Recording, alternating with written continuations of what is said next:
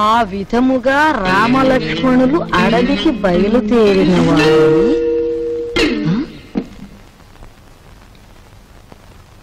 ఏంటబ్బా ఓ చిన్న సచ్చినాడా, ఆ పెద్ద సచ్చినాడేమో మట్టి తొక్కుతున్నాడా, ఈడేమో పాచి ఊడుస్తున్నాడా. వీళ్ళకి ఏం పోయే కాలం వచ్చిందమ్మా? ఇంతకీ నేను పని మనిషిని ఎందుకు పెట్టట్టు? అబ్బాయి నువ్వు ఆఫీస్కి వెళుతున్నావల్లే ఉంది. పెళ్లి దగ్గరకు వచ్చింది కదా, పనులన్నీ తొందరగా జరగాలి. అప్పడాలు చెయ్యాలి, ఒడియాలు పట్టాలి. ఓ 400 ఉంటే అమ్మాయికి ఇవ్వు. అమ్మా ఆఫీసులో లోన్కి అప్లై చేశాను, అది రాగానే ఇస్తాను. అదేమిటన్నయ్య, అయ్యవారు వచ్చే వరకు అమావాస్య అవుతుందా? తెలిసిన వాళ్ళ దగ్గర ఏ చేబదులో తీసుకుని ఈ పని కాస్త జరిపించు. వెళ్ళిది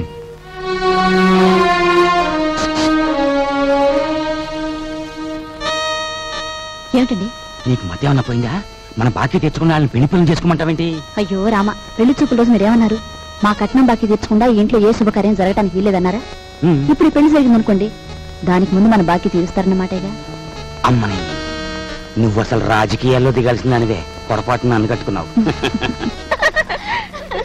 సమయానికి వచ్చారే పిల్లలారా, మీ పెళ్లి పనులు మేము అందుకోవద్దు. అలాగే మా ఇంట్లో పనులు కూడా. రండి రండి.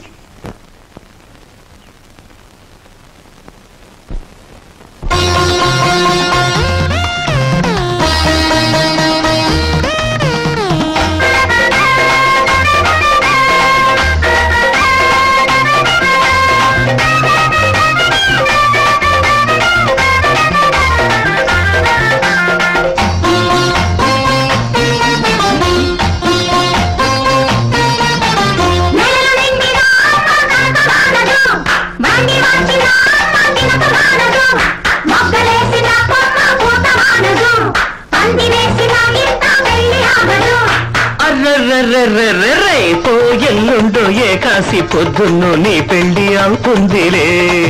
అరే పెళ్లి పందిట్లో పిల్ల సిగ్గులతో తాంబూలమిస్తుందిలే.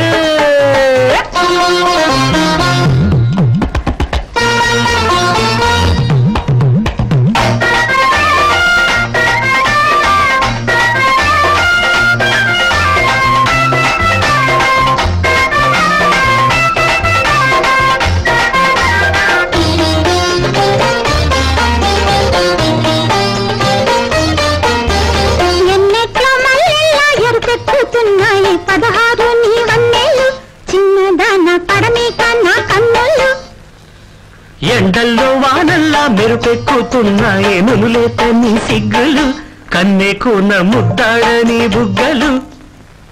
బాసలొచ్చేనమ్మ కంటికి, కొత్త యాసలొచ్చేనమ్మ చూపుకి.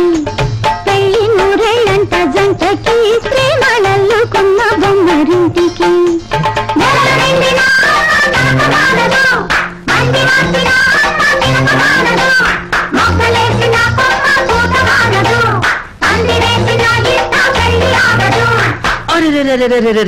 రేపో ఎల్లుండో ఏకాసి పొద్దున్నో నీ పెళ్లి అవుతుందిలే. పెళ్లి పందిట్లో పిల్ల సిగ్గులతో తాంబూలమిస్తుంది. లే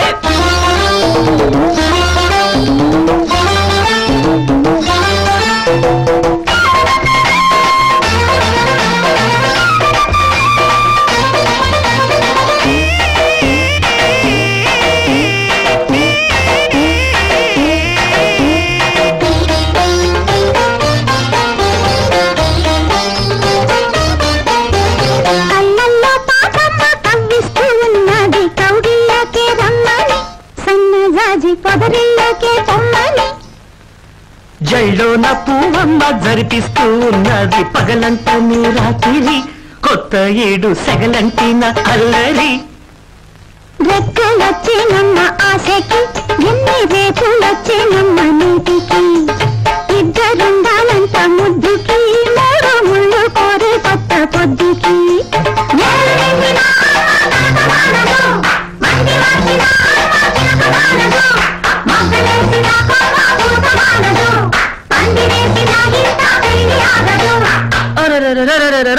రేపు ఎల్లుండు ఏకాసి పొద్దున్ను నీ పెళ్లి అవుతుందిలే. అరే పెళ్లి పందిట్లో పిల్ల సిగ్గులతో తాంబూలం ఇస్తుందిలే.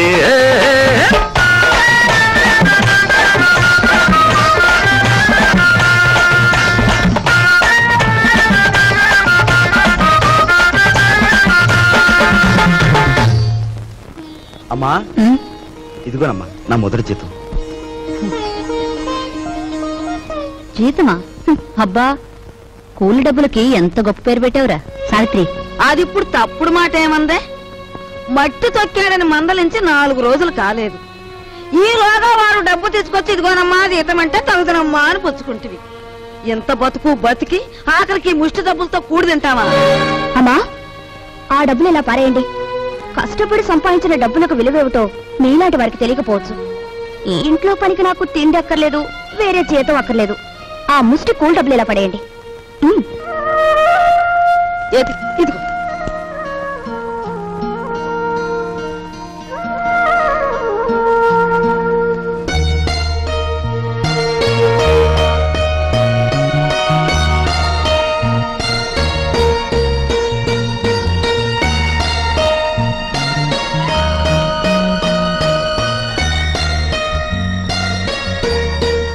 భార్యాభర్తల మధ్య ఉండవలసిన అవగాహన చూపించు.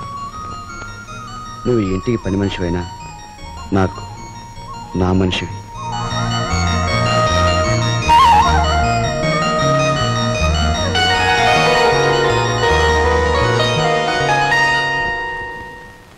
కోపం వచ్చి గట్టిగా కొడదామంటే చచ్చిపోతావేమో అని భయం. బాబు నాయనా అంటే మొండుకెడుతున్నావు. మమ్మల్ని బాధ పెట్టకుండా చెప్పే గురువా. చెప్పే గురు. మనవడక చూసావా, పరాయి సొమ్మంటే పరిసిగుంటాడు కూడా ఎలా సత్తా పడిపోతున్నాడో. ఎంతమందిని బాధ పెట్టడం భావ్యం కాదు గురువా. అలో చెప్పే గురు, ఉన్న ఒక్క కూతురు ఇల్లు వదిలి వెళ్ళిపోతే నేను వెతికించలేదు, పేపర్ ప్రకటన కూడా ఇవ్వలేదు. అంత ముండేవాడిని మీ బెదిరింపులకు నేను లొంగుతానా? గురువా మాట నా చెప్తాను. ఈ మొండిఘాటంగాడికి కూతురుందంటున్నాడుగా, ఈడు పేపర్లో ప్రకటన ఇవ్వకపోయిన ఈ తరపున మనం ప్రకటించేస్తే ఆ కూతురు ఇంటికి చేరిపోద్ది. ఆ తర్వాత స్వామియే శరణం. Very good very good. Hello నవ్వకే బాబు, కుర్రోడు దొరుచుకుంటాడు. ఆ నవ్వేదో ఇనపెడి దగ్గర నవ్వు, ఓపెనింగ్ గా నవ్వుద్ది.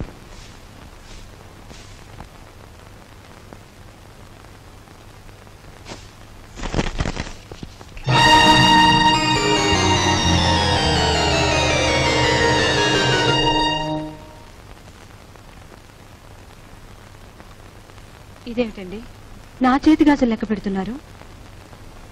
ఈవేళ మార్నింగ్ ఇంటర్వ్యూలో ఎవడో రవిరాజ్ అట, సార్ మీరు ఇన్ని క్వశ్చన్లు వేస్తున్నారు, నేను తిరగబడి ఒక క్వశ్చన్ అడిగితే జవాబు చెప్పగలరా అన్నాడు. ఏమిటి అన్నాను. రోజు అన్నం వడ్డించే మీ ఆవిడ చేతుకున్న గాజులెన్ని అన్నాడు. Fantastic daddy. ఎవరతను? ఎవరు? రవిరాజా. తిరగబడి అటువంటి ప్రశ్న వేయాలనే థాట్ రావడం ఉంది చూసారు. That's great. He is really the hero of the present society. Jaya shut up. నీ తండ్రి మీద తిరగబడిన వాడు నీకు హీరోగా కనిపిస్తున్నాడా? నాలాంటి వాడి కాళ్ల చుట్టూ దేహి ఉద్యోగం ఇవ్వండి బ్రతుకుతామని ప్రదక్షిణాలు చేసే ఒక నిర్భాగ్యుడు నీ దృష్టిలో హీరో ఆఫ్ ది ప్రజెంట్ సొసైటీయా? నీ చదువు ఎన్ని వెర్రితల్ల వేస్తోందంటే, అవునులే, నువ్వు తిరగడానికి ఒక కారు, వీలైనంత ఖర్చు పెట్టుకోవడానికి బ్యాగ్ నిండా డబ్బు, నువ్వేది అడిగితే అది క్షణాల మీద సమకూర్చే తల్లిదండ్రులు, ఏసీ రూమ్లు, సోఫా బెడ్లు, తినడానికి ఖరీదైన భోజనం, ఇవన్నీ ఉంటే నీకు మంచేమిటో చెడ్డేమిటో ఏమాత్రం తెలియడం లేదు. అదే చాలీ చాలని తిండి, చాలీ చాలని బట్ట, బ్రతుకుతున్నావో చస్తున్నావో అర్థం కాకుండా బ్రతుకుతున్న ఏ దౌర్భాగ్యుల ఇళ్లలోనో 4 రోజుల పాటు ఉంటే తెలుస్తుంది. అక్కర్లేదు, పిలవక్కర్లేదు. ఆకలేస్తే అదే ఏసీ రూమ్లు, సోఫా బెడ్లు, తినడానికి ఖరీదైన భోజనం, ఇవన్నీ ఉంటే నీకు మంచేమిటో చెడ్డేమిటో ఏమాత్రం తెలియడం లేదు. అదే చాలీ చాలని తిండి, చాలీ చాలని బట్ట, బ్రతుకుతున్నావో చస్తున్నావో అర్థం కాకుండా బ్రతుకుతున్న ఏ దౌర్భాగ్యుల ఇళ్లలో 4 రోజుల పాటు ఉంటే తెలుస్తుంది.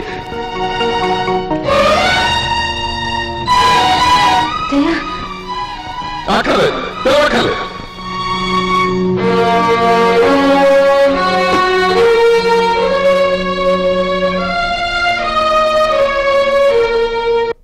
డాడీ, బయటికి వెళ్ళి బతకలేనని కదా మీరు అన్నారు. అలా బతకాలని నిరూపించుకున్న రోజునే తిరిగి మిమ్మల్ని కలుస్తాను.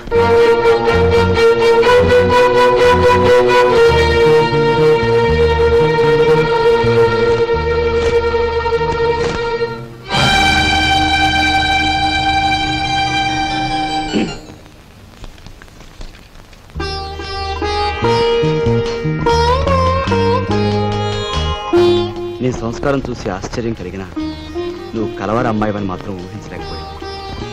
పేపర్లో నీ ఫోటో చూశాక నువ్వు ఇంట్లోంచి పారిపోయి వచ్చావని అర్థం. నువ్వు ఇక్కడే ఉన్నావని మీ నాన్నగారికి ఫోన్ చేశాను.